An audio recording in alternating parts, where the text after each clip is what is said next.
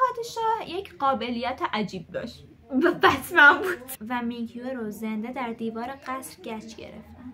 داشت میمرد، بعد داشت شعر میگفت. همچنین خون قاعدگی زنهای باکره رو میگرفته و به گلهای قصر میداده چون میخواسته اکسیر جاودانگی درست بکنه. توی قصر شهر بازی میساخته. راجه ها و درباریا بهش حسادت میکردن. بله، به یک زن سیغه حسادت میکردن. سلام، من جینگیم و شما شنونده و بیننده ورقی از تاریخید. ورقی کوچیک که از کشور چین میاد. اول همه یک توضیح راجع به سلسله مینگ میدم و اینکه سلسله قبلیش چی بوده. سلسله مینگ از سال 1368 تا 1644 میلادی، یعنی حدود 270 سال حکومت کرد. یکی از مهمترین و طولانی ترین سلسله های تاریخ چین بود که تاثیرات عمیقی بر فرهنگ، هنر، سیاست و توسعه کشور داشت. اولین امپراتورش هونگ وو بود. هونگ وو فرزند یک خانواده کشاورز بود. خانوادهش به خاطر قحطی از دنیا میرن و این فرد راهب میشه و یک روز توی معبد هیچ غذایی بهش نمیرسه و اون کنار جنازه برادرش دراز میکشه و با خودش سوگند میخوره اون احساس امنیت و احساس سیر بودن رو به ملت چین برگردونه. سلسله مینگ خیلی سلسله مهمیه.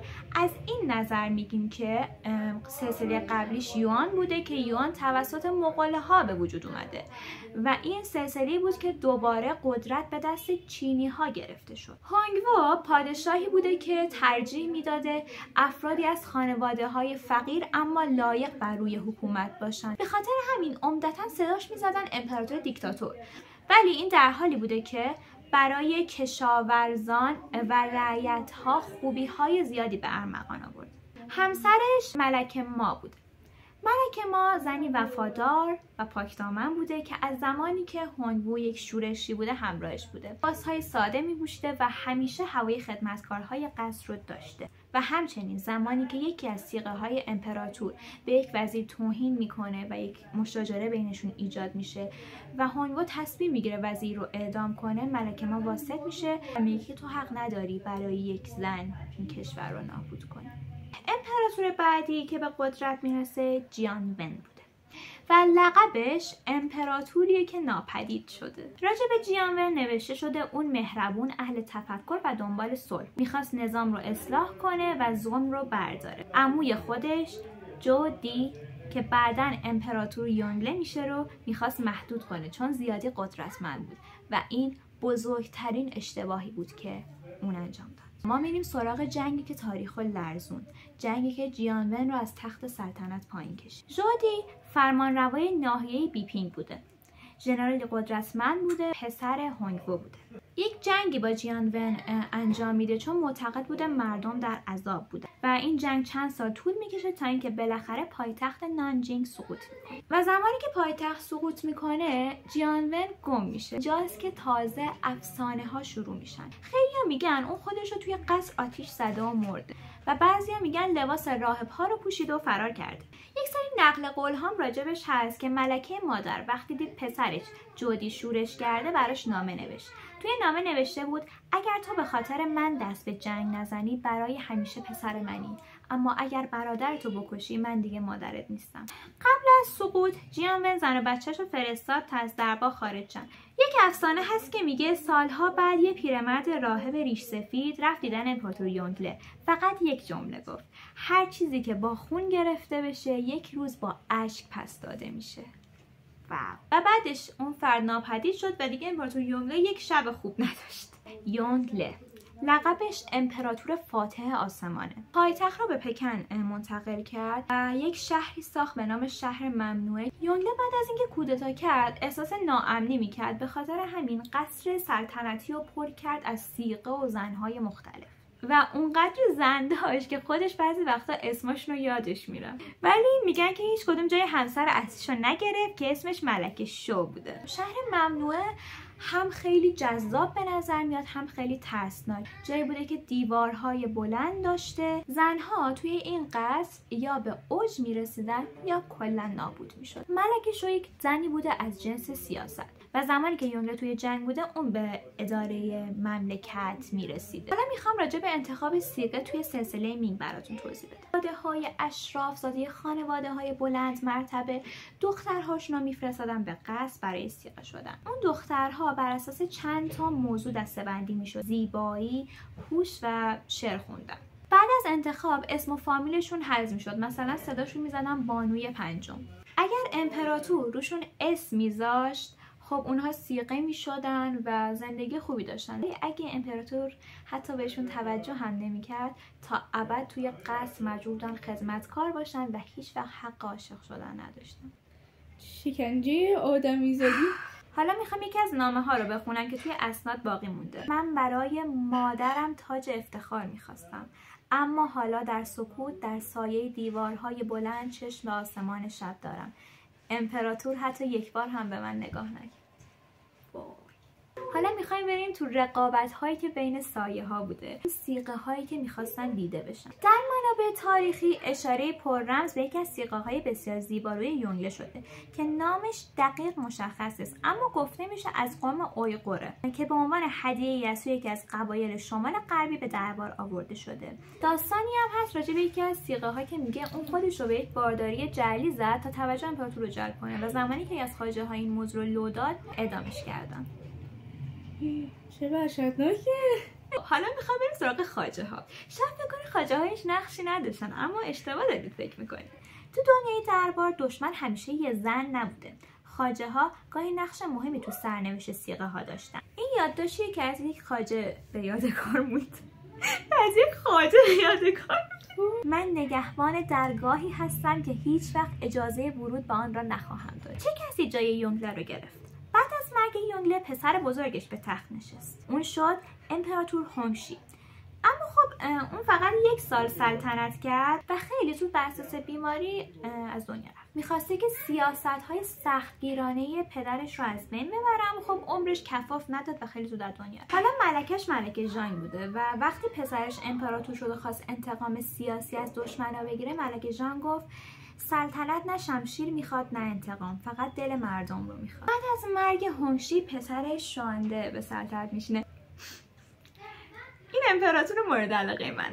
این سریالی که الان دارم میبینم اسمش سلسله میگه. بعد شخصیت اصلیش خب شوانده. و شوانده عشق منه. ببین شوانده یه پادشاه خوش‌ذوق عاشق بود. داشت میمرد بعد داشت شعر میگفت. مهمترین بخش و جذابترین بخش به شوانده سیغه هاشن. یعنی یکی از یکی جالبتر.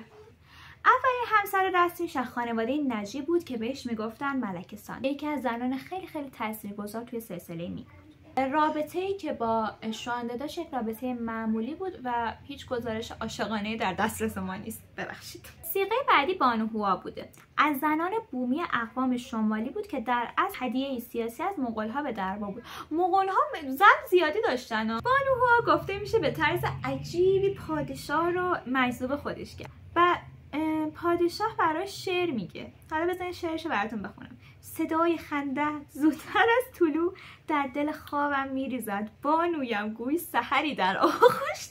خب سیغه هوا با اینکه زن زیبایی بوده، امپراتور عاشقش بوده، اصلا سرنوشت خوبی نداشت. خواجه ها و درباریا بهش حسادت میکردن. بله، به یک زن سیغه حسادت میکردن. پس اومدن شایعه پخش کردن که اون با سوزاندن پوست حیوانات سحر و جادو مینویسه. شوانده با اینکه دلش نمیخواست دستور اعدام سیغه هوا رو داد. چقدر توطئه‌های خلاقانه‌ای میزدن. ولی تا آخر عمرش گفته میشه که نقاشی از چهره اون زن رو بارها کشیده. تو غلط کردی، زنا رو کشته، اعدامش کرده. و نقاشیاشون نگه میداره. وای من عاشقشم. تو غلط کردی. کاش پیدا شدید بکشتش. جمله نقش شده دیگه از این مرتی که داریم، یعنی با اینکه امپراتور مورد علاقه‌ام ولی زده سیغه بدبخت رو کشته. با اینکه خیلی شعر میگفته، منم شعر دوست دارم. ما نمی بردم بوی موی تو روزی از کاغذ و جوهر زنده تر باشد. حال هر نقاشی هم تویی. اینم در وصف بانو هوا گفت. یک معشوقه‌ای داشته به نام بانو جینگ. یکی از صیغه‌های مورد علاقه امپراتور بوده که اهل شعر و ادب بوده. گفته میشه شبی در باغ سلطنتی بانو جینگ شعری میگه که دل امپراتور رو میلرزونه. کلا ببینین شانه اینطوری بوده، تو جلوش میشستی یه شعر میگفت و اینطوری بوده که من عاشق شدم. بیا زنم شد. خب بریم شعرش رو ببینیم چی بوده. در میان دیوارهای بلند من قفسی از طلا دارم، اما قلبم هنوز پرنده‌ای است که در هوای نام تو پر میزنم. اون شب پادشاه دستشو میگیره و میگه تو تنها کسی هستی که من رو در قصر خودم زندانی نمیکنی. ولی بانو جینگ زیاد نمیکنه، تب میکنه و از دنیا میره. و گفته میشه شانده جان 7 روز خودش رو زندانی میکنه، مثلا خیلی ناراحت بود. 7 روز. حالا میخوام راجع به ماجرای صیغه‌ای بگم که میخواست فرار کنه. صیغه ها از اصل ماجرا جذاب‌تر. آره. تو یکی از منابع یک بانویی بوده به نام بانو شوئه که میخواسته از قصر فرار کنه، چون معتقد بوده که عشقی که امپراتور بهش داره عشق تقلبیه. لباس خواجه ها فرار کرد اما گرفتنش. اما اینجا شانده جای مجازات فقط گفت قلبی که برای من بتپه باید در قصر بمونه، اما من آزادی رو به اون قلب میبخشم. تو غلط کرد و اجازه داد بره. یه سن 37 سالگی بر اساس چه میدونم بیماری میمیره. بس خیلی میگفتن چون صیغه محبوبش مرده اینم بیمار شد مرد. اول با اینکه دوستش من برای سریال سلسله میگین رو دوست دارم. خب اونجا دقیقاً عشقیه که من تازه پیدا کردم. امپراتور بعدی جنگ تونگ. این پادشاه یک قابلیت عجیب داشت و بتمن بود. پادشاه 2 بار سلطنت داشته. جنگ تونگ توی 8 سالگی سلطنت نشست. ملکه تیاو جینگ. این بانو بعدا ملکه شد ولی مدت زیادی سر کرد، چون تا وقتی جو چیجن پسر نداشت قدرت توی حرمسرا دست صیغه ها بود. وقتی ارتش مغول ها به رهبری اسماعیل خان به مرزها حمله کرد بدون تجربه جنگی خودش شخصا رفت جنگ. خب نتیجهش چی شد؟ مغول ها دستگیرش کردن. این اتفاق بهش یه لقب داد، پادشاه اسیر. اینطوری بوده که توی اردوگاه مغول ها اول میخواستن اعدامش کنن ولی دیدن میتونن ازش برای معامله با دربار مینگ استفاده کنن و این مدت پادشاهی رو به برادرش دادن. امپراتور موقت کی بوده؟ جینگ تونگ. پدر کوچیک‌تر جنگ تونگ بوده. آدم مسئولیت پذیری بوده، اوضاع کشور رو جمع جور میکنه ولی وقتی برادرش برمیگرده میترسه و از سلطنت کنارگیری میکنه. در سال 1457 با کمک برخی از خواجه ها میاد برادرش رو کلا عزل میکنه و بیرون میکنه و خودش میشینه روی تخت سلطنت. من نمیدونم چرا انقدر علاقه داشتن برادرش رو نابود کنن و بکش بیرون دیگه. زمان حکومتش اولش به خاطر ضعف‌های مدیریتی و نفوذش وضع مردم خوب نبوده، اما در حکومت دوم سعی کرد یه مقدار همه چی رو بهتر کنه ولی خب عمر حکومت دومش کوتاه‌تر بود. حالا بریم قصه راجع به صیغه هاش بشنویم. وقتی که توی اسارت بوده صیغه ها و زنهای قصر فکر میکردن دیگه بر نمیگرده و اونجا تبدیل شد به صحنه رقابت برای جلب نظر برادر امپراتور، تا اینکه ملکه سان کوین به معنای واقعی کوین وارد کار میشه و جلوی فساد رو میگیره. وقتی که برگشت برای اثبات قدرتش یه حرمسرا با بیش از 10 صیغه محبوب راه انداخت و یکیشون بانو وانگ بوده که همسر رسمیش بوده و میگن که اون یک زن باهوش، مهربون و محبوب مردم بود.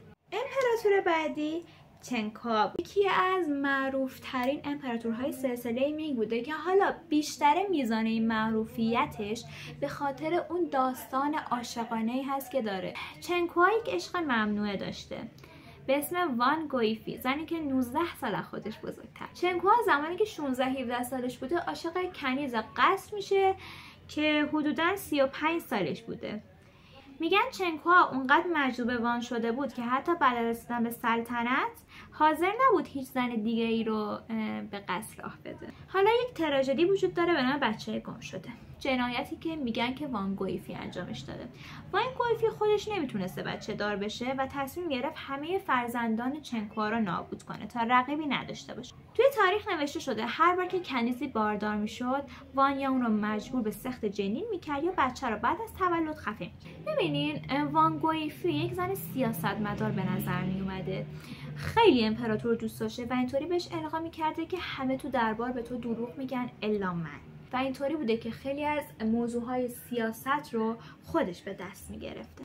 حتی میگن یه بار چنکوا ملکه رسمی رو به قصر سرد تبعید میکنه. چرا؟ چون فقط وان حسودیش شده بوده. وان گویفی تا آخر عمر حدود 60 سالگی کنار چنکوا بود، اما بعد از مرگش در سال 1487 امپراتور تازه فهمید چه فجایعی رخ داده که بمیر. دیر شد، 40 سالت شد. تو 40 سالگی هم مرد. جالب اینجاست که مقبره این زن رو کنار امپراتور گذاشتن، در حالی که مثلا تو قدیم طور نباشه که زن اونقدر مقام ارزشمندی داشته باشه که کنار امپراتور بخوابه. ملکه شیاو جن همسر رسمی امپراتور چنکوا بوده و به عنوان همسر اصلی انتخاب شده. خیلی از منابع میگن وان گویفی اون رو به قصر سرد تبعید کرد. یک زنی بوده به نام بانوژو که میخواسته با دسیسه نزدیک امپراتور بشه، اما میگن یه بار توی باغ قصر چنکوا رو با آوازخونی فریب داد، اما وان گویفی هنوز زنده بود و دستور داد زبونش رو ببرن. اما به طور کلی از وضع زنهاش بگذریم، دوره امپراتوری چنکوا یک دوران سخت برای مردم چین بوده. فشارهای مالی داشتن، جنگ‌های داخلی داشتن که زندگی مردم رو تحت الشعاع قرار میداده. سلطنت چنکوا به دلیلی که در تاریخ به طور دقیق مشخص نیست دچار بحران شد و خیلی‌ها معتقدن که دلیل این که حکومتش سقوط کرد به خاطر زنها بوده. یعنی میتونید یک جورایی تمام این بی‌عرضگی از وجود خودش میاد و گذاشت کلی زن بیگناه بمیرن. خاک به سرش. امپراتور بعدی هونگجی بوده. نهمین امپراتور سلسله مینگ بوده و به عنوان پادشاه آرام بخش شناخته می شده. دوران حکومتش به عنوان عصر طلایی مینگ مشهوره. حالا هونگجی یک داستان جالب داره. وان گویفی بچه‌های امپراتور به قتل رسونده و هونگجی تنها کسی بود که زنده موند. هونگجی یک امپراتور فوق‌العاده بود. از این نظر میگیم که بسیار انسان ساده زیستی بود، به تجملات اهمیتی نمیداد و اون تنها امپراتور چینی بود که اولا تک همسری کرد. فقط یک همسر داشت، ملکه جانگ. حالا میخوایم راجع به اصلاحات بزرگش بخونیم: اخراج فاسدان، کاهش مالیات‌ها، تقویت نظام، حذف تشریفات زائد. راجع به ملکه جانگ بگیم. عشق زندگی هونگجی بوده. ملکه جانگ نه تنها همسر بلکه مشاور سیاسیش بوده. مرگ مرموزی داشته. هونگجی در 35 سالگی به طور ناگهانی در میگذره و برخی مورخان میگن اون بر سر کار زیاد و استرس مرده بود. پسرش جنگده تنها 14 سال داشت که مجبور میشه به تخت سلطنت بشینه. امپراتور جنگده دهمین امپراتور سلسله مینگ بوده و تنها پسر امپراتور قبلی بوده. خب توی سن 14 سالگی به سلطنت میرسه و بله، از همون اول قوانین رو یکی پس از دیگری زیر پا میگذاره. عاشق این بوده که لباس مردم عادی رو بپوشه، بره تو بازار بلگردی کنه. یه بار لباس ماهی فروشا رو پوشیده بود، رفته تو بازار گفته ماهی میخرید. امپراتور مملکت. بله، خیلی اهمیت میداده به کشور، شما نمیدونید. توی قصر شهر بازی میساخته و اون خواجه های بدبخت رو مجبور میکرده نقش بازی کنن تو شهر بازیش. کودک. بله، از اونجایی که یک پادشاه عجیب بوده با یکی از خواجه ها به نام لیو جین ارتباط پیدا میکنین. لیو جین هم که دیکتاتور پشت پرده بوده و وقتی فساد لیو جین آشکار شد، جنگده دستور اعدام شد، اما به جای اصلاحات دوباره به خواجه های دیگری اعتماد کرد. میگن یه بار امپراتور سفر مخفیانش به شهر یانگجو عاشق یه زن رقاص به نام لیانگ هونگ یو شد و اون رو به قصر برد، اما وقتی فهمید اون زن همسری مقام محلیه، اون مقام محلی رو اعدام کرد. خب راجع به زناش میخوایم بگیم. ملکه شیاوی همسر رسمیش بود، در خانواده اشرافی انتخاب شده، اما خب بهش توجهی نمیکرد. چرا؟ چون این امپراتور بود که توی قصر شهر بازی میساخت. معلومه که یه زن اشرافی به چشمش نمیاد. لیو نیانگ اسم بانوی خواجه های و میدونین لقبش برای چیه؟ چون که جنگده اون رو از خواجه هایی که لباس زن نما میپوشیدن انتخاب کرده. از اونجایی که جنگده جان دلش دریا بوده، نفر بعدی وانگ مانیانگه، دختر کشاورز فقیر بوده که جنگده جان وقتی داشته گذر میکرده یا عاشقش میشه و خب میدونیم وقتی به قصر میاره این زن از اون زندگی تجملاتش خسته میشه و خودش رو از بالای قصر پرت میکنه پایین و میگیره. جنگده هیچ بچه مشروحی نداره. با اینکه حرمسرای بزرگی داشته اما چون که بیشتر به خواجه ها وقت می‌گذرونده و زمانی هم که زنها باردار می‌شدن خواجه برای اینکه قدرت خودشون رو حفظ کنن بچه زنها رو می‌کشتن. پس از مرگش بیشتر زنهای حرمسرا مجبور به خودکشی شدن یا به صومعه ها تبدیل شدن. یه بار 2 زن به نام‌های چنیان و ژالی رو تو حوض قصر غرق کردن چون هر دو ادعا میکردن جنگده اون شب رو با اونها میگذرون. پادشاه بعدی امپراتور جیاجینگ بوده. هانا میدونه من از این امپراتور متنفرم. آشغال، بی‌خاصیت. یکی از جنجالی ترین و مرموز ترین پادشاهی چین 46 سال امپراتور بوده و عمر 100 داشته. خدا رو شکر. کلا با کودتا به تخت میشینه. فقط 14 سال داشته زمانی که اومد پکن. یه جنون داشته، دنبال اکسیر جاودانگی بوده و خون حیوانات رو جمع میکرده و یه بار دستور داد 1000 تا گربه سیاه رو بکشن تا خونشون رو برای اکسیر استفاده کنه. همچنین خون قاعدگی زنهای باکره رو میگرفته و به گلهای قصر میداده چون میخواسته اکسیر جاودانگی درست بکنه و گلها بعد یه مدت سیاه میشن. بعد میگفتن وای روح اون زنهایی که ما اینطوریشون کردیم دارن به ما حمله میکنن. خب خون داری اضافه میکنی. خب حالا مشهورترین قصه راجع به توطئه قصر توسط کنیساست. در سال 1542 گروهی از 16 کنیز که از رفتارهای سادیسمی جیاجینگ به سطوح اومده بودن تصمیم گرفتن شبونه خفش بکنن. وقتی خواب بود صداشو ببرن و با طناب ابریشمی دور گلوشو بگیرن. خب اما متاسفانه امپراتور نجات پیدا میکنه و فکر می‌کنه چی میشه؟ همه 16 تا کنیز زنده سوزونده میشن و نسل خانواده‌شون تا 3 نسل اعدام میشه. وقتی میگیم تا 3 نسل اعدام شدن یعنی عموها یا پسر عموهاشون هم به ترتیب اعدام میشدن و به این میگن واقعه شورش رنشین. بله راجع به اکسیر جاودانگی بهتون گفتم. دخترای جوان مجبورن در ظروف‌های خاصی خون خودشون رو جمع‌آوری بکنن. این کار نه تنها تحقیرآمیز بود بلکه باعث شد بیماری‌های مختلفی بگیرن و خیلی‌هاشون هم بمیرن. این مردی که به زنها به عنوان وسیله برای اکسیرسازی نگاه می‌کردش. حالا راجع به صیغه‌های قربانیش بگم. دختری جوان 13 تا 16 ساله رو از سراسر چین می‌ربود تا در مراسم‌ها شرکت کنن.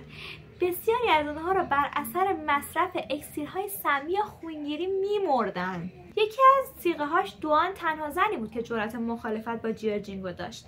خب بچه‌ها میدونی چیکارش کردن؟ توی تابوت چوبی گذاشتنش، توی بیابون رهاش کردن، تو اون تابوت چوبی همونجا مرد. زنان اعدام شده به اتهام جادوگری. آره پادشاه عزیز هر لول جدیدی از کشتن زنها آغاز میکنه برای ما. جیاجینگ همیشه میترسید زنه حرمسرا به اون حسودی کنن. به اون حسودی. اعتماد نفس. یک صیغه داشته به نام ون به اتهام استفاده از جادوی سیاه برای بیمار کردن امپراتور اونو با میخای داغ شکنجه کردن. یعنی قیافه هانا اینطوریه که واه. و سپس سرش رو بریدن. بچه‌ها مطمئن نبود، فکر میکرد داره از جادوی سیاه استفاده میکنه. و خب جیاجینگ هم دیوونه شد و قبل از مرگش فریاد میزد اونها اومدن منو بکشن. تعداد زنهایی که اون داشت 200 الی 300 نفر بود. همشون هم میکش. دیدی؟ حالا دیوونه. بچه‌ها تنها زنی که زنده بود ملکه فانگ بود. حالا چرا ملکه فانگ زنده بود؟ ملکه فانگ سکوت میکرد. جیاجینگ هر کاری میکرد اینطوری بودش که خب بکن. ملکه فانگ 2 فرزند به دنیا آورد اما هر دو اونها مردن. خیلی از منابع میگن جیاجینگ اونها رو کشت. چرا؟ چون فکر کرد در آینده قراره با هم جنگ بکنن و تاج و تختشو بگیرن. خب الان اگه تو بمیری کی میخواد امپراتور بشه؟ میگن یه روزی جیاجینگ از اون پرسید چرا هیچ وقت گریه نمی‌کنی؟ ملکه فانگ توضیح داد گریه کردن برای زنی که در قفس طلایی زندگی میکنه فقط طعمه رو برای شکارچی جذاب‌تر میکنه. یکی از کنیس‌ها پیش از مرگ روی دیوار زندان نوشته در قفسی از طلا عشق ما پرنده‌های مرده است.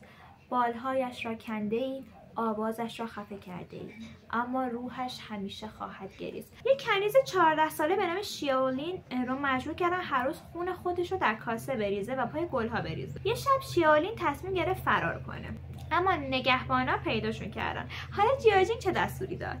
زنده در دیگ آبجوش انداختن و مجبورش کردن تا آخرین قطره خونش رو پای گلها بریزه. میگن وقتی مرد جسدش رو هم تو باغ گل دفن کردن تا گل‌های سرخ تقویت بشه. بعدی لونگ چینگ بود. 13مین امپراتور سلسله مینگ بود. کلا خیلی عقیده متفاوت به پدرش داشت و سعی میکرد که اون کارهایی که پدرش کرده رو جبران بکنه. خواجه های فاسد رو اخراج کرد، مالیات ها رو کاهش داد و مرزها رو تقویت کرد. در سن 36 سالگی به طور ناگهانی درگذشت. دلیل رسمی مرگش بیماری ناشناخته اعلام شده، اما شایعاتی از مسمومیت توسط مخالفان وجود داره.